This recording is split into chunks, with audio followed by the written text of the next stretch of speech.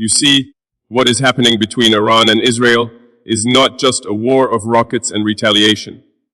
It is not just a military conflict. It is the cry of history colliding with hypocrisy. It is the world once again watching and doing nothing, as power devours peace, and the innocent are buried beneath the ambitions of nations. But Africa, we cannot remain silent observers. We have known war. We have known occupation. We have known what it means to be stripped of voice, of land, of freedom. So when we see children burned by bombs, cities turned to ashes, and leaders calling that defense, we do not just see Iran or Israel. We see ourselves, because this war, it is not just over there. The silence around it echoes here. The manipulation of truth, it happens here. The double standards, we live them every single day. When they fight in Gaza or Tel Aviv or Tehran, the media says, this is global news. But when villages in Congo are wiped out, when children are enslaved in gold mines, when African soldiers are used to protect foreign interests, where is the outrage? Where is the justice? So let me be clear today, Eric6 Africa must not be neutral on injustice. We do not have to take sides between Iran or Israel. But we must always take the side of truth. We must take the side of humanity. We must take the side of the oppressed, wherever they are. And let me say something that may disturb those who still bow to empires.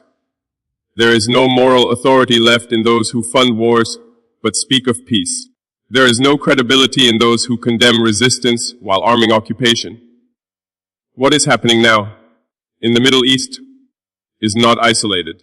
It is the symptom of a deeper disease, a world where the powerful rewrite justice and the weak are told to stay calm. But Africa, we cannot afford to stay calm anymore. Because the same forces that drop bombs in Palestine, the same alliances that choke Iran with sanctions, those are the same ones that exploit our minerals, corrupt our elections, control our currencies, and keep our people divided. So, understand me well, this is not a call to arms. This is a call to Asak's awareness, to Eva's solidarity torch, to Asak's awakening. Because when the world burns, we must not wait for the fire to reach our doorstep before we speak. We must become the voice of the voiceless, not just for Africa, for humanity. And I say this to the youth of Africa, do not be fooled by polished headlines. Do not believe every narrative from those who once colonized your people. Learn, question, rise. Because your silence today becomes your chains tomorrow. And to those who think that Africa is too weak, too poor, too far away to matter, let them remember this: we may not have nuclear weapons. We may not sit on the UN Security Council. But we have something far more dangerous to tyrants, and a generation that is no longer afraid to speak truth to power. We will not send our soldiers to die for foreign empires. We will not let our land be used as a battleground for proxy wars. And we will not let the blood of the innocent, in Iran, in Palestine, in anywhere, go unnoticed. Because the day Africa chooses to rise, to speak, to stand, is the day this world will change. This war may not be ours, but the values at stake, justice, truth, sovereignty, they belong to all of us.